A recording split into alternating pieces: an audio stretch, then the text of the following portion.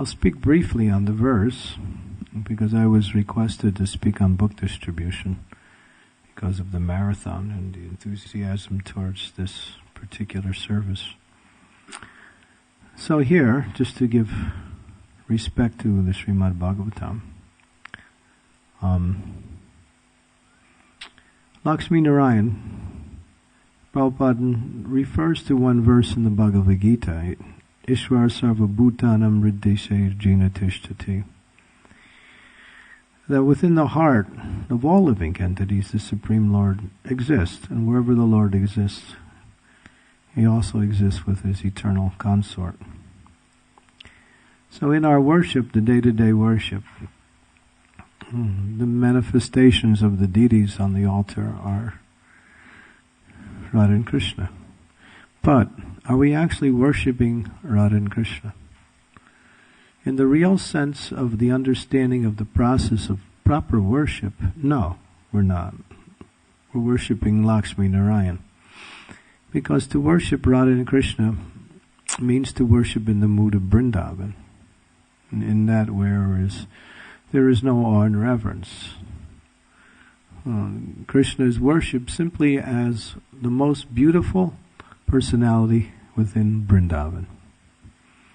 He is seen as the cynosure, or the object of everyone's love, and that love is manifested in different, what we say, rasas or moods, either in conjugal love as lover, or as a child by his mother Yasoda and his father Nanda Maharaj and other elderly gopis, as the younger brother of Balaram, and also the friend of Balaram. So Balaram, of course, has different rasas with the Lord, not only friendship, but also parental affection, also because he's older brother. And Krishna with his cowherd friends, and they're performing various kinds of games, sporting, and just enjoying each other's company in a mood of happiness and equality. Krishna is not seen as somebody elevated. This is the mood of Vrindavan. But of course, to come to that standard of stage it takes purification of the heart. So Prabhupada gave us Radha Krishna deities on the altar. But actually, are we worshipping Radha and Krishna? No, we're actually worshipping Lakshmi Narayan. That is their understanding, because we worship in awe and reverence. But as one becomes purified through the process of worshipping in awe and reverence, Krishna reveals himself as Radha and Krishna that way. The deities actually reveal him. But our mood is to worship in awe and reverence, like that. If you go to Vaikuntha, you can't jump on Lakshmi or Narayan's back and play different games, It's just not the way you do it. Although there is a friendship rasa there within Vaikuntha, but it's friendship God is in the superior position of friendship, not in the inferior. So the mood is different in Vaikuntha. So here, Prabhupada is taking another issue for those who call those persons who they see as, what we say, poor Narayan. Prabhupada seems to want to make this point clear, that Narayan doesn't become poor. Narayan is situated in all opulences, and here Prabhupada said he's neither rich nor poor. So to classify him as somebody who has become rich, this is another form of what we say, ridicule. He was never poor and has become rich, or he never was rich and now he's poor. He's always the source of all opulence. He's Bhagavan. So opulences actually are coming from him. So he's the foundation and the root of all desirable things, including opulences. So Prabhupada wants to clarify the position of those who speak in such terms, that to give a poor man the name Narayan, like that, it's an insult. It's also an insult on that poor man too. It's also, if someone comes up to you and says, well, you're God, and I should worship you, although you've become poor, that's another form of insult, isn't it? Right? They ridicule you, really, even though they might be an illusion and actually think like that, but it's a form of ridicule. So, in this sense, here, Prabhupada completely dismissed this as most unscientific and can never possibly be the case. That's Prabhupada's conclusion in this particular purport. Of those who want to take the Supreme Personality of Godhead, who is the source of all opulences, and somehow relegate his position to one who has fallen into the material world, and now he's, in a poverty-stricken condition. Where does this philosophy come from? Where does this type of understanding come from? That they mix up the idea that the living entity is the soul, and therefore they don't make distinctions between the soul and the supersoul. They think everything is spirit and everything is one, and God is also there. Although God is in your heart doesn't mean you become God. Doesn't mean you become God just because God is within your heart. It's just like if you go into the room doesn't mean you become the room. So in the same way, this is the I don't know how you would describe it, but it's very unscientific and very unphilosophical. So, and this goes on. We may not see so much of this in Western countries, but in other areas of the world, especially as India, where the culture is the foundation of existence there, these things go on that people want to take the Supreme Personality and relegate him to a position of poverty. And somehow or other, if he practices all kinds of penances and austerities, he can again attain his godhood and achieve opulences once again. It's almost like some kind of fictional story, right? But this is the nature of the imaginative mind. When there is no clear, what we say, philosophical teachings coming from Guru, bona fide spiritual master, that way everything has to be received through the parampara. All knowledge has to come by way of parampara. Otherwise it comes by way of mental speculation, philosophical speculation, or someone's austerities and penances and they've gained some power because of this. These are not qualifications to speak about, spiritual teachings or truth. That's why Srila Prabhupada wrote so many books. And a lot of the emphasis he wrote on the books was to teach people what is not. When Prabhupada sometimes was taken issue by others and saying, Swamiji, you're going around criticizing so many people. You're saying this is not right, he's not right, she's not right, nobody's right. Prabhupada said, yes, I'm just repeating what Krishna is saying. That's all. In order to understand the truth, one has to clear away what is untruth, or what is misconceptions about what is actual truth. That's why Srila Prabhupada's books are like bright lights in this dense darkness of Kali Yuga, where there are so many philosophies and apparent, understandings of what is truth. Wherever there's a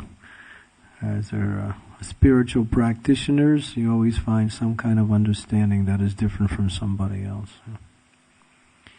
So the Srila Prabhupada's books are actually the foundation of true spiritual teachings. Because Prabhupada is, we all know this, but we have to repeat it just for understanding, he's a Mahapurush.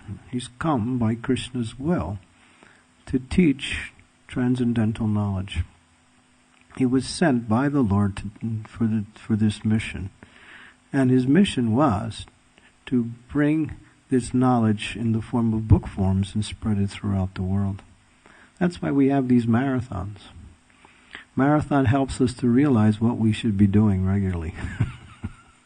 That's really all it is. That's what a marathon is about, is to get you up to speed again. So we don't fall behind. Because this knowledge is priceless. It's a treasure house. When we're out there distributing books, it's not like we're just trying to somehow or other accumulate nice scores. We're actually giving people an opportunity to transform their life into something very successful. We're giving them a chance to find real happiness and to discover what is their relationship with the Supreme Personality of Godhead. That's why the consciousness should be that I have this most valuable gift, and I have to somehow or other convince people to accept the gift. That's books distribution. That's all. That this knowledge can save a person from suffering. Really. That's what book distribution about is, to save the world from suffering. And we see from the history of our movement how so many persons who have received Prabhupada's books have become devotees and their lives have been changed. I preach in prisons, and a lot of the people that we have been cultivating in prisons are mostly through letters. We go into prisons at sometimes and actually do programs, but mostly it's by letters. And we find from talking to many of them that their practice of Krishna consciousness has started because they got Srila Prabhupada's books. Never met a devotee, never been to a temple, but somehow the book came into the prison where they were. They read the book, they said, this is what I'm looking for, and they started to chant Hare Krishna. Amazing, really amazing. I mean, there's so many stories where people have experimented with so many different types of philosophies and religious teachings and felt like, well, this is nice, but it's not just nice enough. There's something missing. And as soon as they came to Prabhupada's books, we hear testimonies that this is what I've been looking for. As soon as I read Bhagavad Gita, I knew this is the truth. It was clear. How Prabhupada comes so personal. It's like he's almost presently handing you the book and saying, read it. It's like it's like he's talking to you through the book. Prabhupada is so much there in his books. And when Prabhupada was translating his books, he was in deep meditation. It was his meditation. When he would do his Srimad Bhagavatams, it was always done when everyone else was, sleeping, right? You hear from devotees like Shruti Kirti Prabhu and others how Prabhupada used to take rest around 10:30, 11 o'clock in the evening, 10 o'clock sometimes, Prabhupada said, between 10 and 11.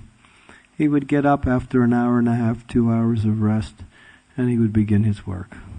And he would go on for 3-4 hours in the evening, very carefully reading and studying the commentaries of the previous acharyas on Srimad Bhagavatam. Then, out of his own realizations, he would add that according to the Western mentality, wanting to deliver this message to the Western world. And it was a meditation for Prabhupada.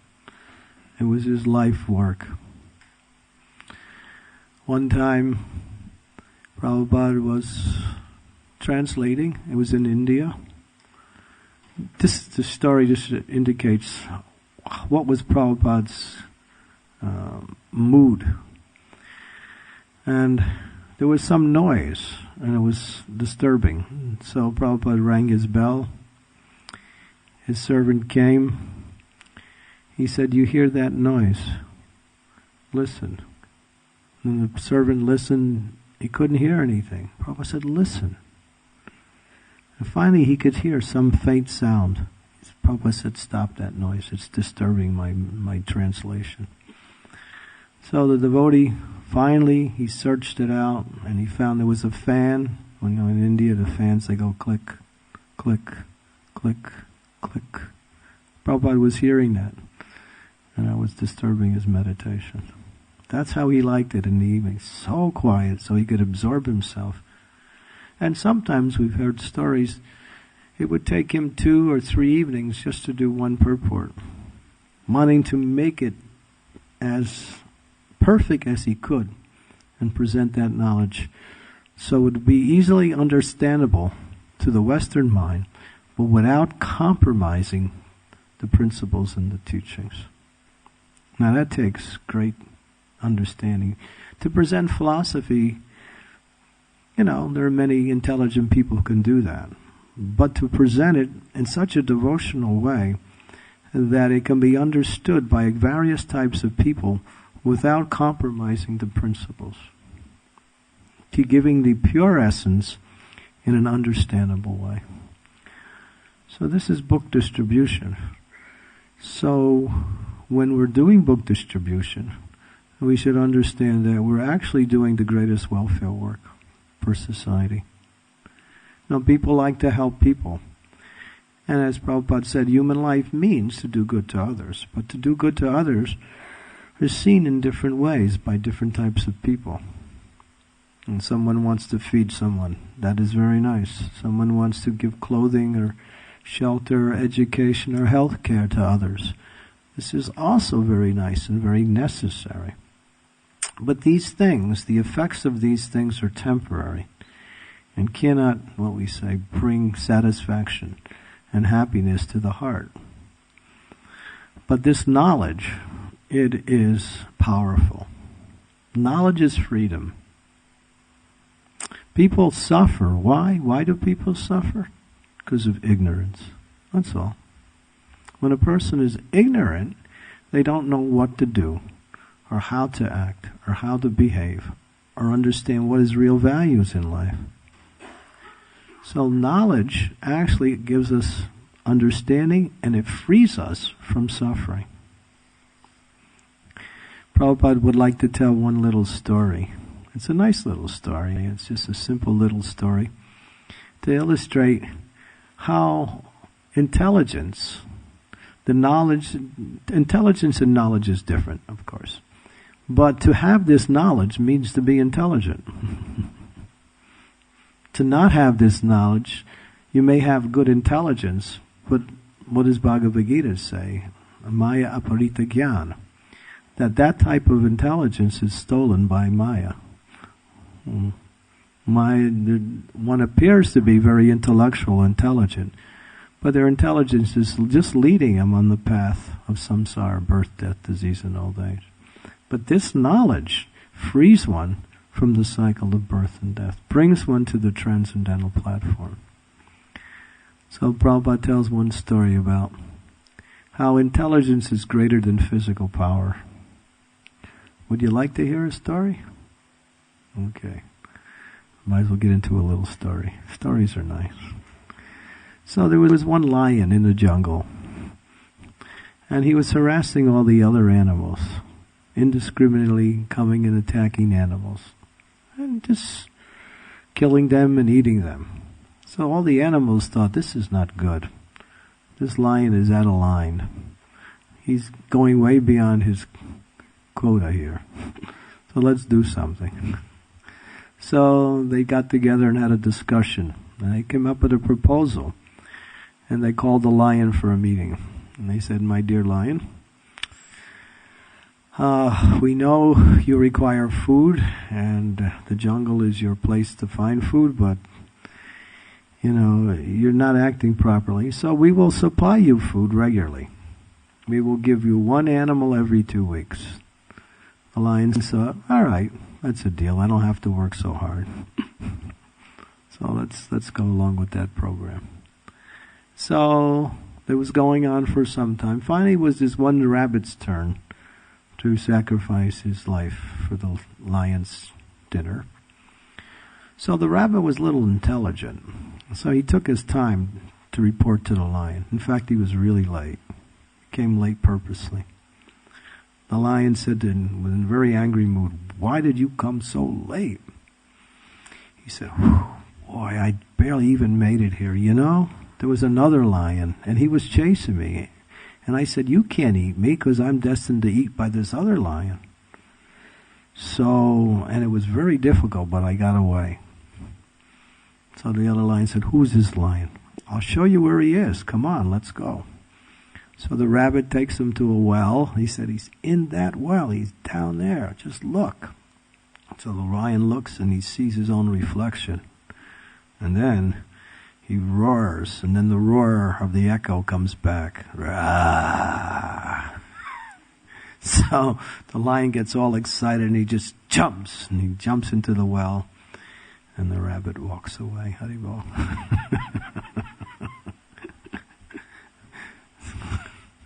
So a rabbit outsmarted a lion. So Prabhupada tells this story.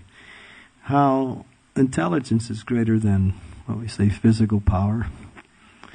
And so this knowledge that we're distributing in the form of these transcendental books is the platform of real intelligence. Why? That intelligence that takes us out of the platform of trying to satisfy the senses, and finding happy through that process. That's what everyone is doing. And that's all they know. And if you can tell them not to do it, they can't do anything else. But if you give them something practical or alternative, by teaching the process of devotional service, by giving this information in different ways. So book distribution remains very much, how we say, the best form of preaching. Of course, we have so many programs for inviting people to take part in devotional service. But book distribution was started by Prabhupada, it's been blessed by Prabhupada, and the effects of book distribution have been shown throughout the years. How many persons have become transformed and have become devotees just by coming in contact with a book, by coming in contact with this philosophy. I was in Chicago many years ago, and one young man, kind of a hippie type person, came to our temple, and he was interested in joining. He also said, "I would like to join in the New Vrindavan community." And I said, "Fine," but I asked him, "How did you come? Well, how did you come by way of knowing about our philosophy, our practice?" He said, "One day my father was cleaning out his old closet, and he had all these books. So he's carrying out these boxes of books to take them to the old bookstore, the used bookstore, to get some money. And while he was carrying it out, I saw this book on the top, and I said, 'Let me see that book.' And it was the Bhagavad Gita. Jai Shri Shri Radha Gokula Nanda Ki Jai, Sitaram Lakshman Hanuman Ji Ki Jai, Shri Shri Gaur Nitai Ki Jai."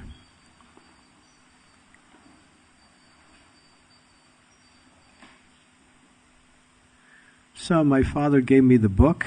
I read practically the whole Bhagavad Gita, and after reading it I understood this is what I was looking for. But then I couldn't find the devotees. I knew there was a temple somewhere, but I couldn't locate it. And then one day I met one of your book distributors on the street, and they showed me where the temple was. So, and the boy came, and I remember I took him to New Vrindavan, and he met his spiritual master and became initiated, and he's a devotee. So he just happened to see his father throwing out the old books. So there are many persons who, due to their sojourn in material existence, are ready for something better. But if there's nothing there to catch on to, then they'll continue their sojourn for a while.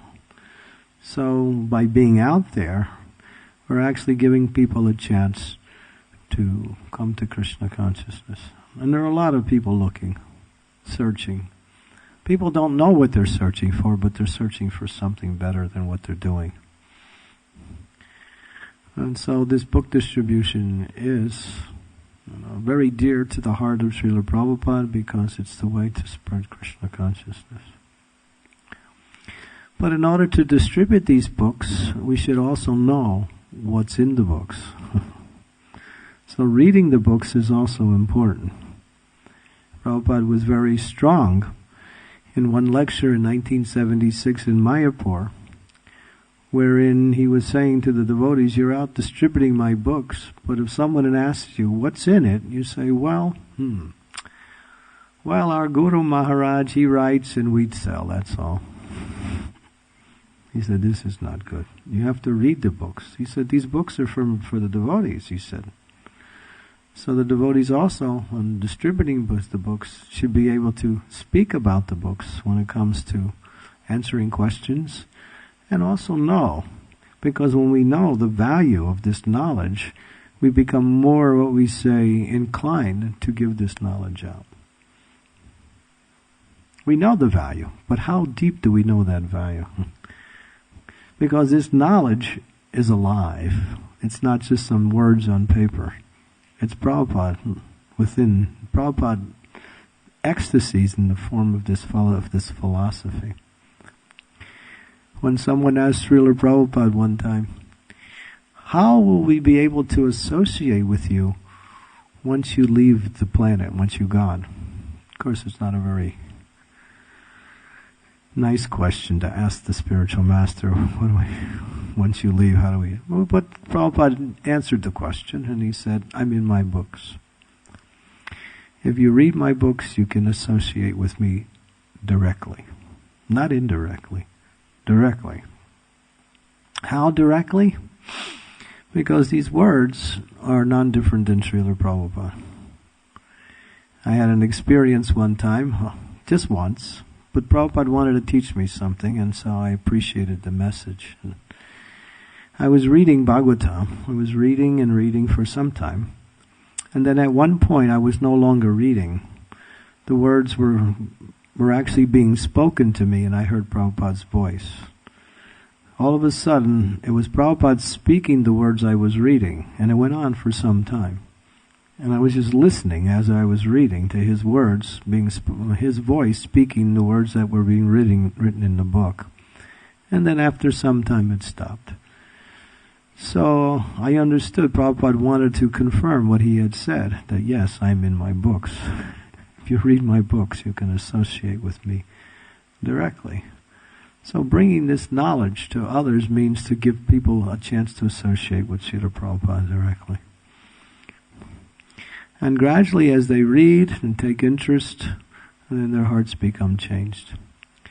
In 1977, in May 6th, Prabhupada wrote a famous letter, a really famous letter, in which he said that anyone who sees the book, anyone who touches the book, anyone who buys the book, anyone who reads the book, they become eternally benefited, just simply by seeing the book. Because the books are actually deities. They're worshipable. And sometimes we put the books on the altar. We can also do puja to the books, put garlands on them, and pay our obeisances. This knowledge is like a deity. It is a deity. It's a literary incarnation, actually. It's the literary incarnation of the Supreme Personality of Godhead in the form of pure transcendental knowledge. So how valuable this knowledge is, and how priceless it is that we take this knowledge and give it to others. So this is book distribution. It's not simply a feature of, service. It is actually the greatest welfare work that one can do. Because you see, a lot of societies are trying to do so many things. I've done some work with interfaith.